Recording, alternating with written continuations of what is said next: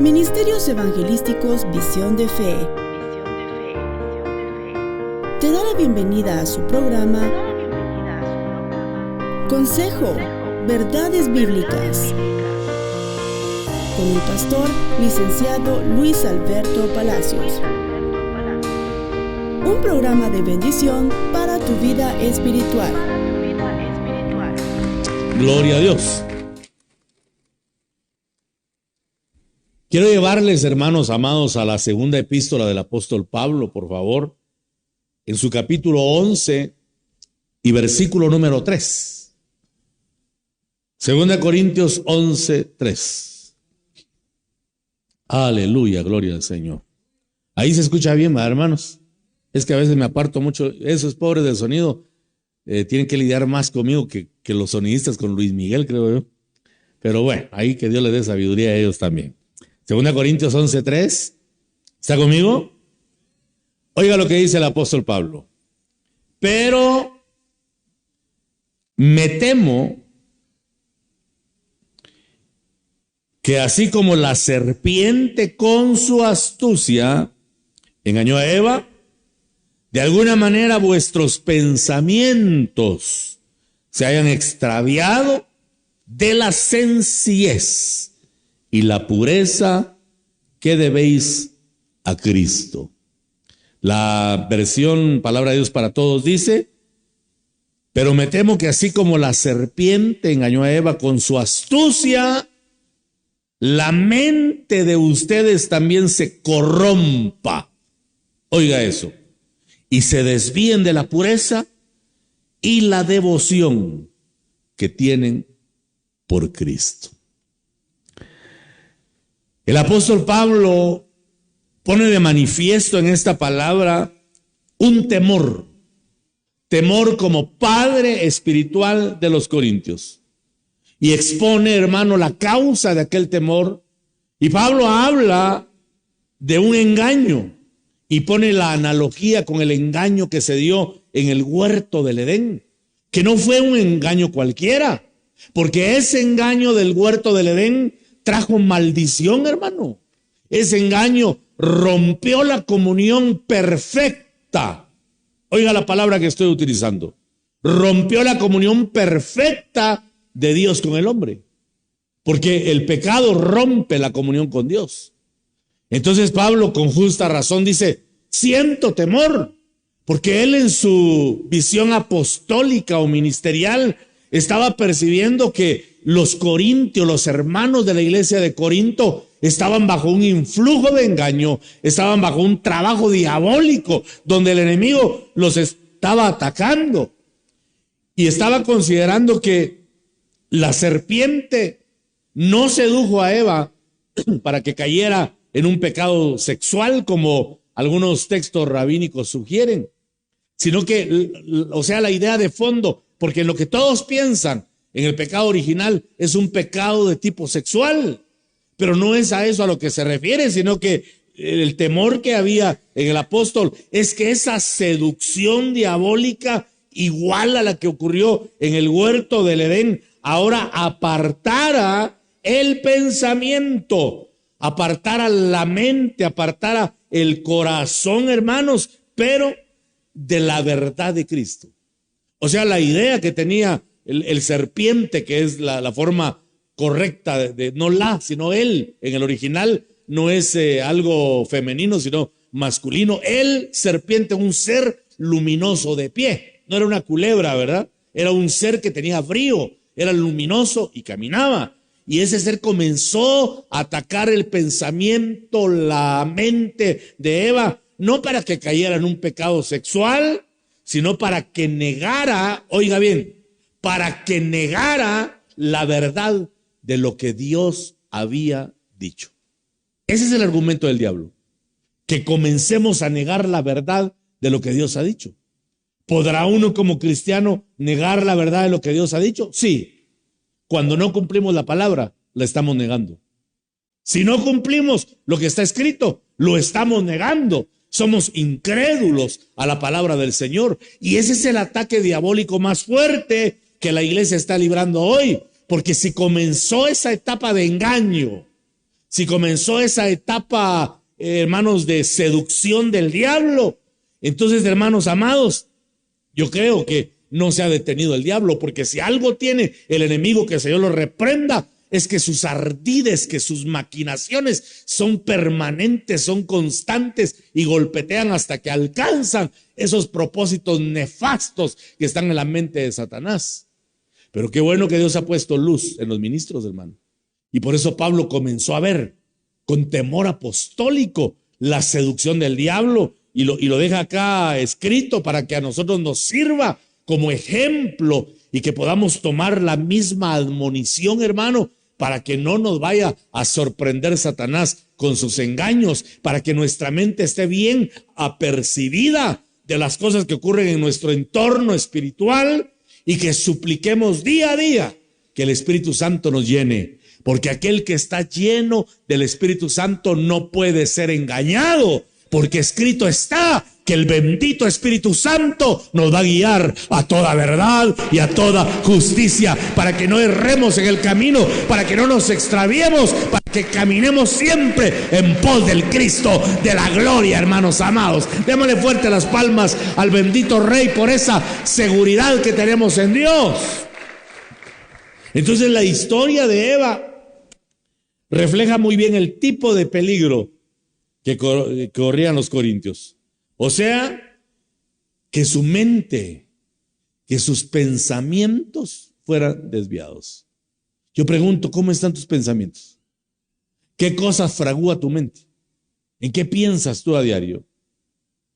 Pablo presenta, hermanos, claramente la naturaleza exacta de esta seducción diabólica que tanto temor le provocaba al apóstol. Y el temor radicaba en que los corintios, oiga bien, este era el temor de Pablo, que la iglesia de Corinto aceptara fácilmente a otro Jesús, a otro evangelio y otro espíritu que el que habían recibido a través de su predicación. Y esto lo he repetido en muchas ocasiones, la advertencia apostólica de no recibir a otro Jesús, otro espíritu y otro evangelio, porque quiere decir que hay paralelismos falsos, hermano. Y hay que tener cuidado con esos paralelismos. O sea, cosas que parecen un evangelio verdadero, pero no lo es. No es verdadero, es otro evangelio, es otro Jesús y es otro espíritu. Y fíjese que el argumento, estudiando un poquito más, me puse a investigar un poco ayer acerca de esto, es que el evangelio que Pablo predicara o que enseñaba a los corintios, hermano, era el evangelio del Cristo crucificado. Y los corintios dice que apreciaban mucho las evidencias del poder, de la autoridad. Entonces fueron de alguna manera enseñados o fueron inducidos a creer en un evangelio, oiga esto, que no aceptaba la debilidad humana, un evangelio que no aceptaba la humillación, un evangelio que no aceptaba el sufrimiento y que no entendía la muerte. Bueno, eso tampoco nosotros lo entendemos, ¿verdad? Pero oigan lo que le estoy enseñando. Estaban llevando a la iglesia de Corinto a creer en un evangelio en el que no había lugar para la debilidad, para la humillación y para el sufrimiento. Hermanos amados, ¿acaso no ese es el argumento de muchos hoy, pues? ¿Acaso no ahí está la gente aplaudiendo cuando dice, renuncia a toda enfermedad, renuncia a toda debilidad, porque tú fuiste llamado para ser cabeza, tú fuiste llamado para ir siempre adelante, a ti no te va a tocar esto, la pobreza? ¿Quién dice eso? Si Pablo, siendo el apóstol Pablo, dice que anduvo desnudo, pobre, encarcelado, pero también escribió él, cuando soy débil, soy fuerte, porque me fortalezco en el Señor. Entonces, ¿quién dice que no hay debilidad en el evangelio? Ese es otro evangelio, hermanos. Que el Señor reprenda al diablo. Porque la gente comienza a ser llevada en un proceso en el que cuando aparece la debilidad, piensa que es el diablo. Mire usted a Jesús. Ese fue, hermano, el shock mental que tuvieron los discípulos cuando vieron al Señor pendiendo del madero. Mira los que iban camino de Maús en Lucas, ¿qué? 24. Esos estaban frustrados, hermano. Aparece el Señor Y le dice, ¿qué discurrís entre vosotros? Y le dice, tú eres el único que no sabe lo que ocurrió acerca de uno que nosotros creíamos que era el Cristo, que pensamos que era el Redentor de Israel. ¿Por qué? Porque no aceptaban su etapa de debilidad en la cruz. No aceptaban la etapa de ignominia, no aceptaban la etapa de humillación, porque no entendieron la escritura que declaraba que el que se humilla es exaltado hasta lo sumo, hermanos. La humillación de mi Señor fue la victoria rotunda sobre Satanás, porque la humillación es una etapa en la que uno muere a su ego, a su fortaleza personal. Por eso el Señor, cuando estaba en la cruz, dijo, Padre, en tus manos encomiendo mi espíritu, diciéndole, no voy a depender de mi fuerza, sino que voy a depender de la tuya, Señor amado. Y sé que el poder del Espíritu Santo me va a sacar de la muerte, me va a levantar y me va a exaltar hasta lo sumo. Aleluya, dele fuerte las palmas al Señor. Si pudiéramos por un instante entender que los procesos de debilidad nos llevan a una gloria mayor. ¿Entendió eso? Los procesos de debilidad nos llevan a una gloria mayor, porque nosotros también, al igual que Pablo, cuando somos débiles, somos fuertes, hermano amado, porque nos fortalecemos en Dios. Pero los corintios estaban recibiendo enseñanza de gente que no creía en la debilidad. De repente decían, no acepte la debilidad, renuncia a la debilidad. Mi pastor dijo hace años, hermano, en una convención pastoral, y no olvido esa enseñanza, dijo, regresemos, por favor, regresemos a nuestra fragilidad humana. Y ese evangelio de que somos los primeros, vamos adelante, eso mándelo al diablo, porque no es el evangelio de Jesús. Este evangelio acepta la debilidad, acepta la humillación, hermano, porque ¿dónde dejamos en la palabra entonces? Que solo el que se humilla será exaltado. Si no nos humillamos, ¿cuándo nos van a exaltar? O si nos exaltamos por nuestros propios medios, porque el ego del hombre también puede provocar una exaltación, pero es transitoria, es pasajera, porque dejamos de creer en la sencillez, en la pureza del evangelio y comenzamos a depender en nuestra fuerza y a creernos, en una frase popular, que somos la mamá de Tarzán. Y la mamá de Tarzán era una mona, hermano. Amén, iglesia. Estaban hablándole a los corintios de un falso evangelio. Y el apóstol Pablo empezó a sentir temor. Ojalá tuviera otra versión aquí que sea un poco más categórica. Voy a buscarle alguna. Vamos a ver. Que sea más clara, para que tengamos el panorama total de lo que está. La Nueva Traducción Viviente también dice, pero me temo que de alguna manera su pura y completa devoción a Cristo se corrompa, tal como Eva fue engañada por la astucia de la serpiente. Ustedes soportan de buena gana todo lo que cualquiera les dice, aun si les predican a un Jesús diferente del que nosotros predicamos, o a un espíritu diferente del que ustedes recibieron, o un evangelio diferente del que creyeron. Oiga eso, está hablando que el ataque dirigido a la iglesia de Corinto tenía que ver con otra predicación, un Cristo diferente, hermanos amados.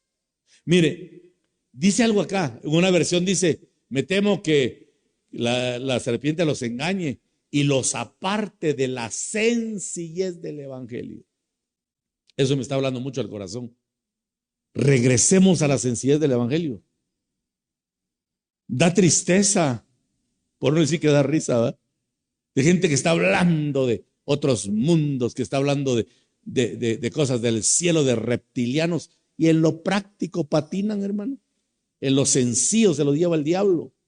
¿De qué sirven las profundidades entonces si en las cosas elementales han dado mal testimonio y están poniendo el evangelio por los suelos, hermano, con humanismo y con otras basuras que no deberían de moverse en el evangelio puro del Señor? Porque quizá nos hemos apartado de la sencillez del evangelio. La sencillez del evangelio, hermanos amados, tiene que ver con tres cosas en donde nuestro corazón tiene que estar cimentado. Y esas tres cosas son la muerte, la resurrección y la exaltación del Señor. ¿Cuáles son las tres cosas? Eso, la muerte, la resurrección y la exaltación del Señor, para que no vayamos entonces, hermano, a estar creyendo en estas cosas, porque la admonición apostólica va dirigida a mantenerse en la sencillez. Y mire, cuando hablo de sencillez del evangelio, tampoco estoy enseñando que el evangelio es una bagatela, que es algo que no tiene valor. No, hermano, este evangelio es glorioso. Este evangelio tiene un costo tan elevado que nosotros nunca hubiéramos podido pagar el evangelio del Señor. Por eso nos lo tuvieron que regalar. Por eso la gracia de Dios nos incluyó y Dios se acercó al hombre, sabiendo que el hombre jamás hubiera podido acercarse a él por sus propios medios. Esa es la gracia, que el Dios bendito se acercó al hombre para redimirlo, para perdonarlo y para llevarlo a una dimensión gloriosa en el Espíritu. Alabado sea el nombre del Señor. Entonces, hermano, esa sencillez tenemos que mantenerla. La muerte de Jesús nos enseña mucho. Nos enseña muchas cosas, hermano. Porque la mente se puede ejercitar a estar buscando novedades. Novedades, esnovismos evangélicos, ¿verdad? Dios no nos ha llamado a eso. Es cierto que debemos buscar profundidades, pero profundidad de experiencia, profundidad de vida. Porque yo estoy viendo con suma tristeza, hermano, un evangelio postizo. Esa es la palabra exacta. Un evangelio postizo que el enemigo está moviendo, que no es real, que es falso, que no es el evangelio de Jesús. Y el problema de ese evangelio postizo es que no provoca vida, hermanos. En cambio, Jesús dijo: yo he venido para que tengan vida. ¿Y qué más dice? Y vida es. Dígalo más fuerte. Y vida es. Pero, hermanos, sinceramente, hablando en confianza entre amigos, ¿estamos viviendo la abundancia del evangelio? ¿Estamos comiendo las grosuras que el Señor ha preparado? Mi hijo me comentaba que ha tenido días y días y días, y me lo ha venido compartiendo, de recibir en su mente la palabra: la mesa está servida, la mesa está servida. Y eso es verdad. Yo un día domingo sentí del Señor y le dije: la mesa está servida para que el pueblo coma, para que se sacie el pueblo de las grosuras que Dios ha preparado. Pero la verdad es que no todos tienen hambre, hermano. El que está viviendo de la abundancia de Jesús tiene que manifestar su necesidad de Él. Y por eso tenemos que regresar a este evangelio de la fragilidad, donde debemos de ver la muerte del Señor, porque nos enseña la muerte del Señor. Dice Primera Tesalonicenses 5:10. Vaya conmigo ahí, por favor. Primera Tesalonicenses capítulo 5 y versículo 10. Cristo murió por nosotros, para que estemos vivos o muertos cuando regrese, podamos vivir con Él para siempre. La Reina Valera dice: quien murió por nosotros, para que ya sea que velemos o que durmamos, vivamos juntamente con Él. Porque algo que debemos entender es que la muerte del Señor tiene un propósito. La muerte del Señor tiene una intención. Es cierto que cualquiera puede ver la muerte de Jesús como una tragedia, pero realmente la muerte del Señor es el misterio más sublime que puede haber, hermano. Porque la muerte del Señor es el pago a la iniquidad, la muerte del Señor es el pago al pecado, la muerte del Señor es el pago para que el hombre pueda tener redención, que es perdón de pecados y ser presentados inocentes delante del Padre. ¿No será por eso que el Señor nos dice en Colosenses capítulo 3, que hemos estado estudiando todo este tiempo: haced morir pues vuestros miembros que están en la tierra: fornicación, impureza, pasiones desordenadas, mala concupiscencia y avaricia, que es idolatría, cosas por las cuales viene la ira de Dios sobre los hijos de desobediencia. Me llama la atención que no dice que el Señor va a matar. Dice que usted y yo tenemos que hacer morir. Somos nosotros los responsables, hermano, de hacer morir. ¿Qué cosas hay que hacer morir? Fornicación. La palabra porneia, si no recuerdo mal, la palabra griega, pues básicamente habla de una relación ilícita en dos personas que no están unidas en santo matrimonio. Pero la fornicación también tiene que ver con la mezcla, hermano. La mezcla, tenemos que evitar a toda costa tener mezclas en nuestra alma que ofendan al Señor. Hacer morir lo terreno, los miembros que están en la tierra, dice aquí textualmente esta versión, dice que es, hermano, anular de nuestra vida todo aquello que a Dios no le agrada.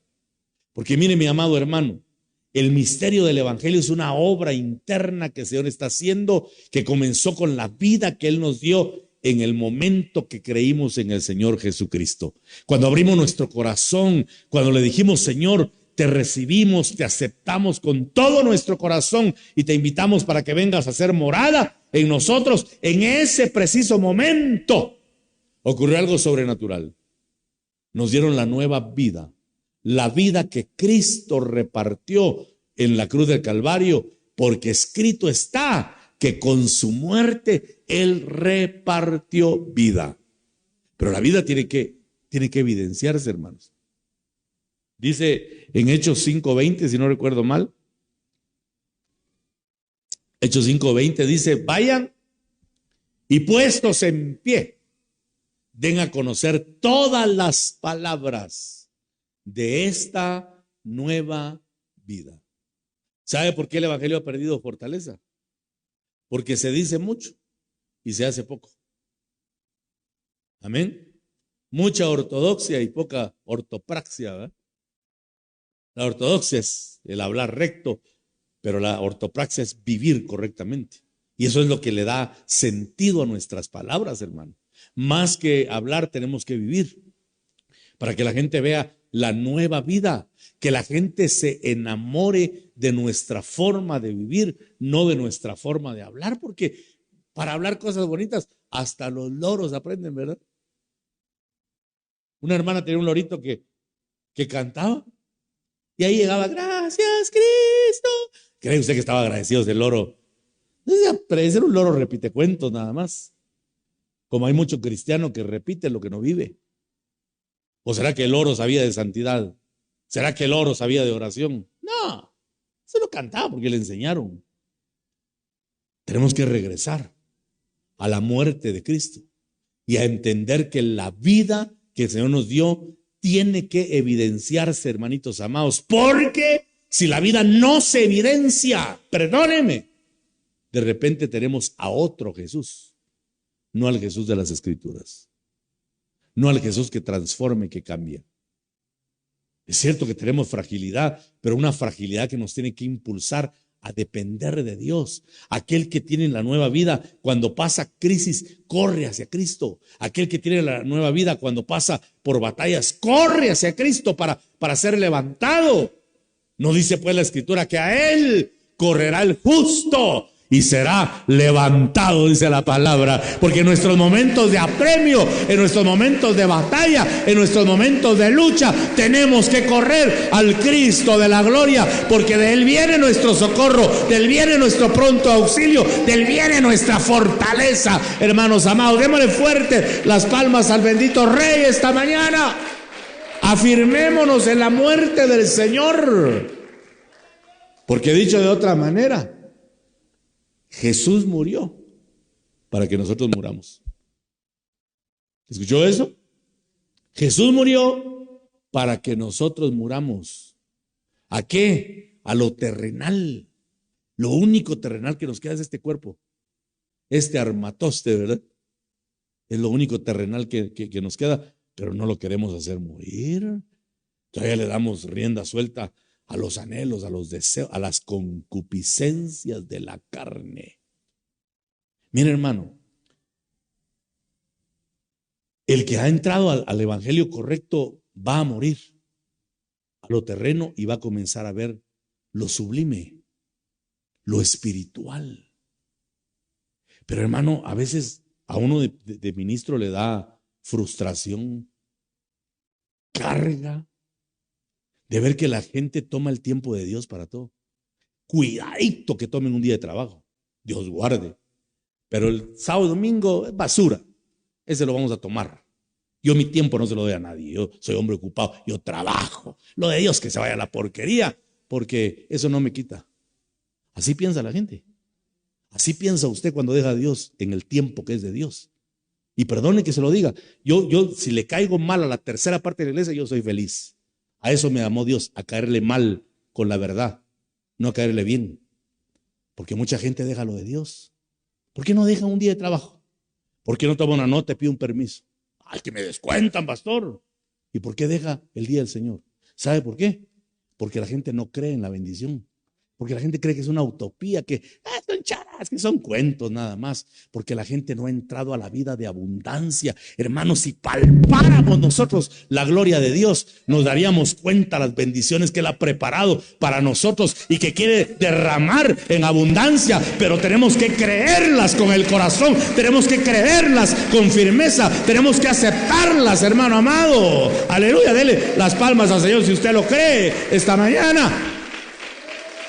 Y no dejemos el tiempo de Dios por nada, porque ese tiempo, decía mi pastor, el tiempo de Dios es sagrado. El tiempo de Dios es santo, hermano. Es el tiempo en que Dios nos habla. Es el tiempo en que Dios nos edifica. Mire, hermano, todo mundo está pregonando. Hoy desperté temprano, puse la televisión cristiana, todo mundo hablando de los tiempos finales, todo mundo hablando que ya estamos en el fin y la gente no reacciona. Va a ser como en los días de Noé.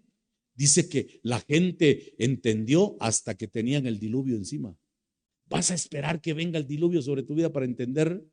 ¿Vas a esperar que el juicio esté? Porque dice que a algunos el día del Señor les va a venir como lazo, les va a venir como atadura, les va a venir como carga. Porque no han aprendido a escapar de la ira de Dios. De la ira de Dios se escapa entregándole el corazón a Cristo, apartándose de lo mundanal, apartándose de lo que contamina y corriendo al Cristo de la gloria, porque en Él está nuestra salvación, hermanos amados. Aleluya. Dele honra y gloria al bendito Dios Todopoderoso. En palabras sencillas, hagamos morir ya lo terrenal en nosotros, hermano. Enseñémosle a la carne que la carne no manda. Porque si no aprendemos a dominar la carne, no tenemos vida del Espíritu. Les he predicado esos días que Dios me dio un rema, que la transformación del cuerpo va a ocurrir. Porque cuando Cristo se manifieste, la vida que tenemos en el Espíritu va a envolver nuestra carne. Y por eso muchos se van a apartar avergonzados en la venida del Señor, porque no tienen vida del Espíritu. Se van a quedar igualitos de terrenales. En cambio, los que tienen abundancia en el Espíritu, esa gloria les va a envolver el cuerpo y les va a quitar lo corruptible, les va a quitar lo mortal y va a evidenciar la obra que el Señor ha hecho. Eso es edificar con oro y con plata, santidad y consagración. Pero los que edificaron con madera y con heno, ay, Dios, de la obra de los tales no va a quedar nada. El fuego, el destello de gloria va a consumir lo que no tiene vida de Dios, hermano. Y por eso muchos van a apartarse avergonzados, porque no les alcanzó la vida del Espíritu para transformar el cuerpo. Entonces, hagamos morir los miembros que están en la tierra. Mire qué claro lo dice esta versión. Ya démosle al Espíritu y creamos en Dios. Hermano, cuando el Señor me llamó acá, a este lugar, todavía recuerdo las palabras de mi esposa. Cuando ya estábamos aquí, alquilé una casa sin un centavo y me dijo mi esposa, ¿de qué vamos a vivir? Y le dije, vivamos de fe, creámosle al Señor. ¿No dice la Biblia que el justo vivirá por su fe, pues? Y le dije que esta sea la señal, porque yo sé, le dije a mi esposa, ella se debe recordar, yo sé, le dije, que a los metiches Dios no los respalda. Si yo soy un metiche, aquí me voy a morir de hambre, esa va a ser la señal de que me equivoqué y hay que regresar corriendo a la iglesia a pedir perdón. Pero desde el primer día Dios me empezó a mostrar su respaldo. Dios me empezó a mostrar, hermano, su provisión, que nunca me hizo falta. Yo entendí que era Dios el que me estaba llamando y cada vez tenía mayor certeza de que Dios me había colocado con un propósito. Hice morir, hermano, la carne, teniendo una esposa, teniendo ya hijos que estaban pequeños y tenían muchas necesidades, pero yo le creí a Dios, puse mi mirada en lo espiritual. ¿Y qué razón tiene mi Señor cuando dice en la palabra: buscad primeramente el reino de Dios y su justicia, y todo lo demás será añadido? Él lo va a poner, hermano, como una añadidura, porque tu mirada está puesta no en las cosas del mundo, sino en las cosas celestiales. Alabado sea el nombre del Señor. Muramos. Dígale a la persona que está a la par suya: tienes que morir a lo terrenal. Igualmente, dígale usted: pero Cristo no solo murió. No solo murió, ¿eh? ¿Qué pasó con el Señor al tercer día? Dígalo fuerte: ¿qué pasó con el Señor al tercer día? La resurrección es la nueva vida. Es la nueva vida que por fe usted y yo tenemos, hermano. Primera Corintios 15:4. 15:3 y 4 leamos, hermanitos amados. Primera Corintios 15, versos 3 y 4. Porque primeramente os he entregado lo que asimismo recibí, que Cristo murió por nuestros pecados, conforme a las Escrituras, y que fue sepultado, y que resucitó al tercer día, conforme a las Escrituras, y que fue visto. Diga conmigo: fue visto.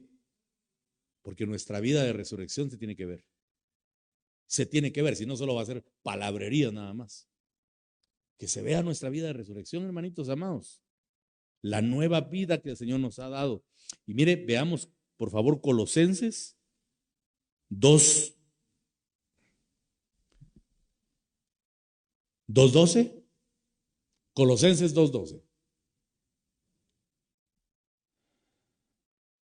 Me indica con usted conmigo, por favor. Sepultados con Él en el bautismo. O sea que usted ya murió. Ya morimos, hermano. Y ya nos sepultaron. Tanto miedo que le tenemos a la muerte, ya nos sepultaron. ¿De qué ratos a nosotros? ¿Dónde nos sepultaron? En el bautismo en agua. Ahí fuimos sepultados. Es que el bautismo tiene un misterio. Cuando la persona entra al agua, está siendo sepultada, está declarando que Cristo murió. Y cuando salimos del agua, estamos declarando que Cristo resucitó. O sea, nosotros también ya vivimos muerte y resurrección, hermano. Por eso que la muerte no nos espante tanto, ¿verdad? A veces nos asusta morir, pero si nosotros ya morimos, ya resucitamos. Ni cuenta nos dimos tal vez en el proceso. Pero Colosenses dice: sepultados con Él en el bautismo, en el cual también sois resucitados con Él, mediante la fe en el poder de Dios, que le levantó de los muertos.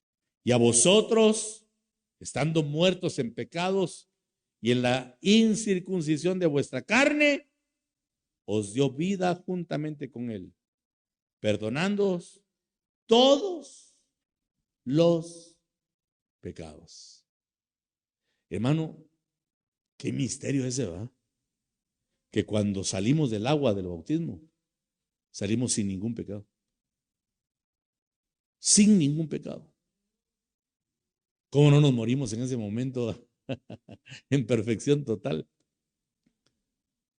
Entonces la vida de resurrección tiene que evidenciarse, pero solamente puede mostrar nueva vida el que murió.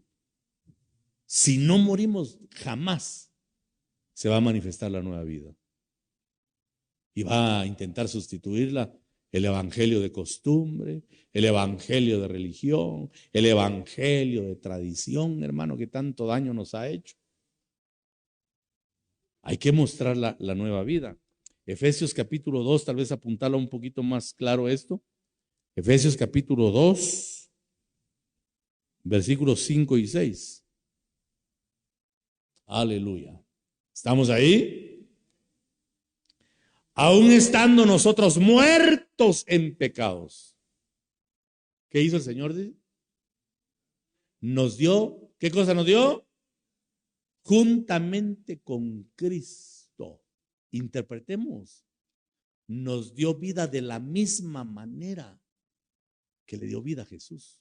Hermano, qué misterio es. Es un milagro, hermano. No hasta el diablo estaba celebrando la muerte de Cristo, güey. Por eso cuando Jesús murió dice que se oscureció, porque hubo una confabulación demoníaca. Todos los demonios estaban ahí, hermano, riéndose y diciendo: matamos al Hijo de Dios. Decían que Él nos iba a destruir. Y miren, ahí está muerto. Folgorio. Yo no sé si Satanás danza, pero me imagino que estaba danzando de alegría. Más cuando el Señor descendió al infierno. El folgorio fue mayor. Verlo reducirse a las cenizas, hermano, como un holocausto. Pero lo que por poco le provoca un infarto al diablo fue cuando vio que se empezó a levantar el Señor del mismo polvo y se empezó a integrar, hermano, con un cuerpo glorioso. Y dice que de la misma manera nos resucitaron también a nosotros que estábamos muertos en delitos y pecados. Verso 6, y juntamente con Él, dice, nos resucitó.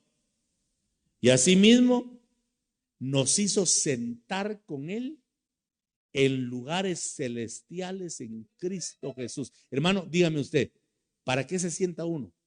¿O en qué momento se sienta usted? ¿Cómo? Eso, cuando está cansado. Entonces dice que el Señor nos dio nueva vida, nos resucitó y ahora estamos reposados. Pero oiga bien, por favor, dice que ahora estamos reposados en los lugares celestiales, no aquí en la tierra, hermano. Aquí hemos ido nosotros a Monterrico y todo, más estresado regreso yo de esos viajes, ingratos, ¿verdad? Cargado. No, el reposo está en Cristo. Pero cuando me siento aturdido, cuando mi mente se ofusca, porque mire, yo tengo una mente que todavía se ofusca, hermano. Yo soy todavía un poco cabezón cuando estoy pasando pruebas, fíjese, no sé usted. Para mí sí todavía me cuesta entender, a veces le reclamo, le digo, ¿por qué paso pruebas? Si yo te sirvo, Señor, yo te he entregado y miro a pecadores ahí que viven re bien y a mí, ¿por qué me pasa eso? Soy un poco cabezón todavía. De repente usted también, ¿verdad?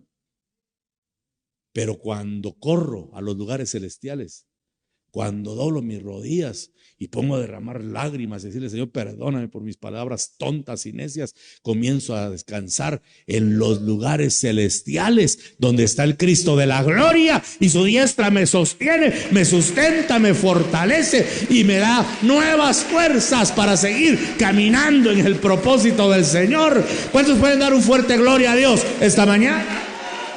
Aleluya. Entremos a lo celestial, creámoslo, hermanos. Yo me sospecho que a veces intencionalmente Dios nos cierra puertas humanas para ver qué tanto dependemos de Él.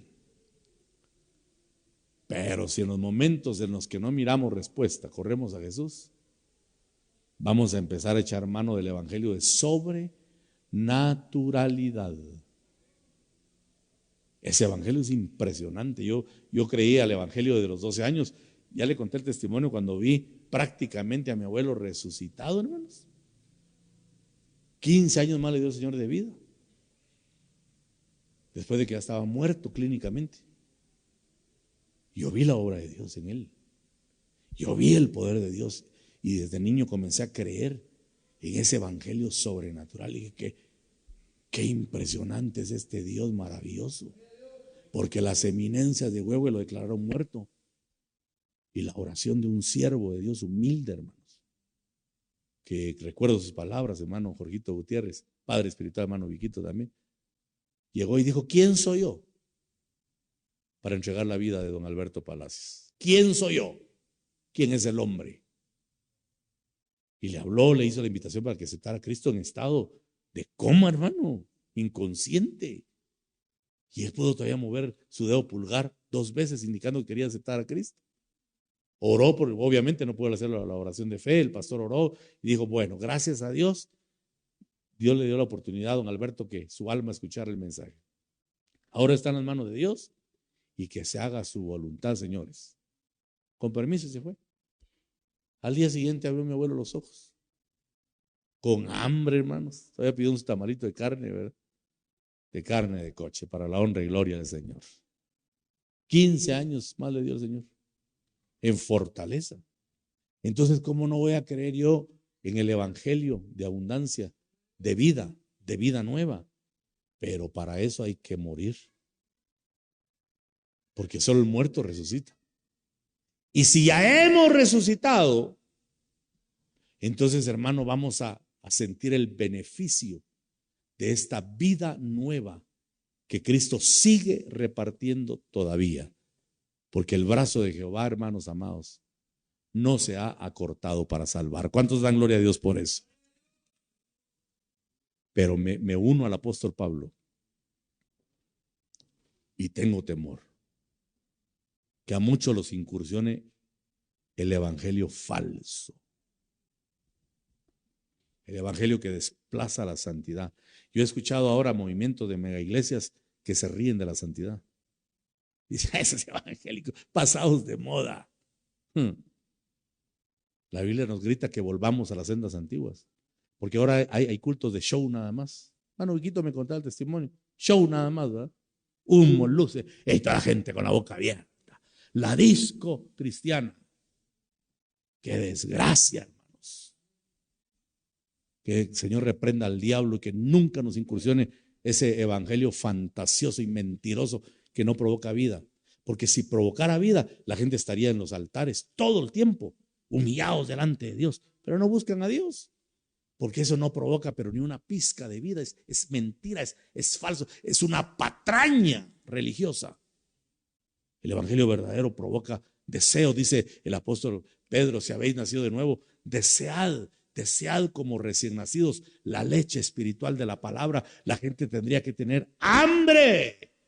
Pero estamos viviendo tiempos de indiferencia, hermanos amados, y por eso el pecado se ha metido tremendamente a las iglesias. Porque la iglesia se ha enfriado, porque el fuego del Espíritu no se está moviendo. Entonces muramos a lo terrenal para que Cristo nos resucite y entonces pasemos a la tercera etapa del evangelio sencillo. Hebreos capítulo 7. Hebreos 7, versículo 26, hermanos. Hebreos 7, 26.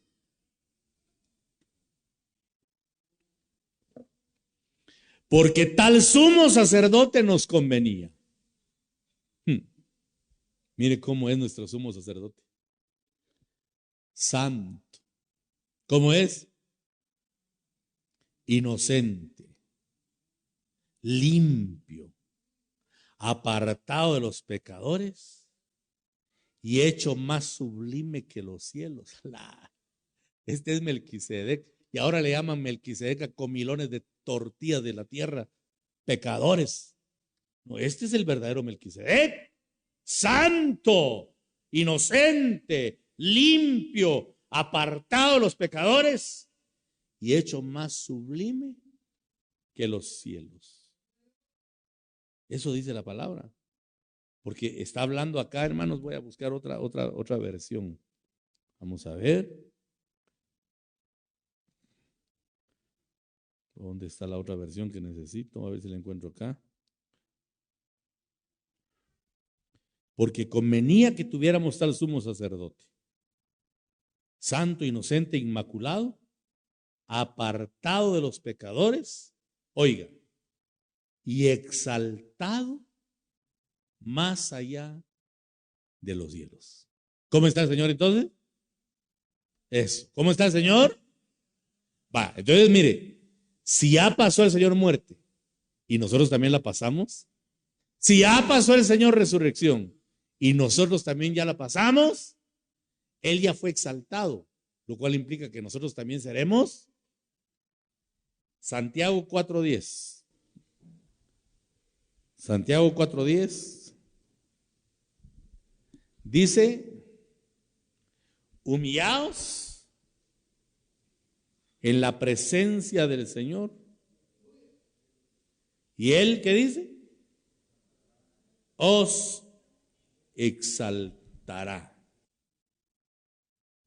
Tapeinó es la palabra griega.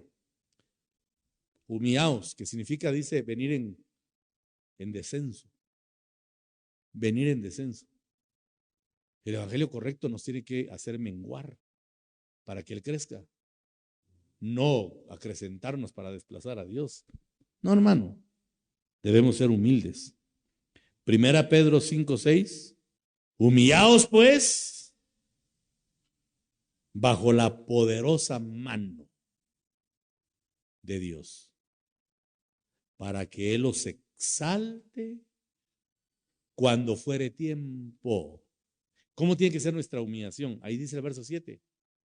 Echando toda vuestra ansiedad sobre Él, porque Él tiene cuidado de vosotros. Miren, hermanos, ¿cómo sabía el apóstol Pedro que el tiempo que estamos viviendo dicen que es tiempo de ansiedad? Es tiempo de ansiedad. No es por falta de magnesio, es por falta de la presencia de Dios. Amén. Es por falta de la presencia del Señor, porque el pueblo ha dejado de anhelar la presencia de Dios. El que tiene a Cristo lo tiene todo, tiene plenitud. ¿Cuántos dicen amén a esa verdad? ¿Cuántos tenemos a Cristo acá? Entonces tenemos que estar plenos, hermano. Por eso le dije al principio, sí tenemos debilidad, el evangelio acepta la debilidad, pero Pablo dice, cuando soy débil, soy fuerte. Pedro dice, echa toda tu ansiedad, tu faceta de debilidad, échala a los pies del Señor, porque Él tiene cuidado. Me gusta esa expresión, porque Él tiene cuidado. Es la palabra griega melo, que significa un cuidado de interés, dice. Cuidar a alguien con interés es que a alguien le importe. O sea, hermano, tú le importas a Dios. Entonces echa toda tu ansiedad a los pies de Él. La exaltación final va a ser cuando seamos arrebatados. Cuando ocurra ese jarpazo, dice el griego, ¿eh? Vamos a ser llevados, hermano, a la velocidad del pensamiento, en un abrir y cerrar de ojos. Entonces ahí se va a cumplir el ciclo de nuestra exaltación, de los que han muerto, han resucitado y han sido exaltados. Pero la exaltación comienza en la tierra. ¿Cómo?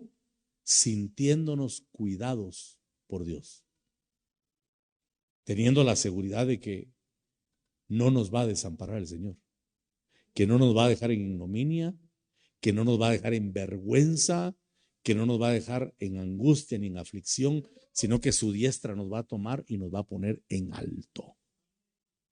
Hemos pasado facetas en las que sentimos que ya no damos un paso más.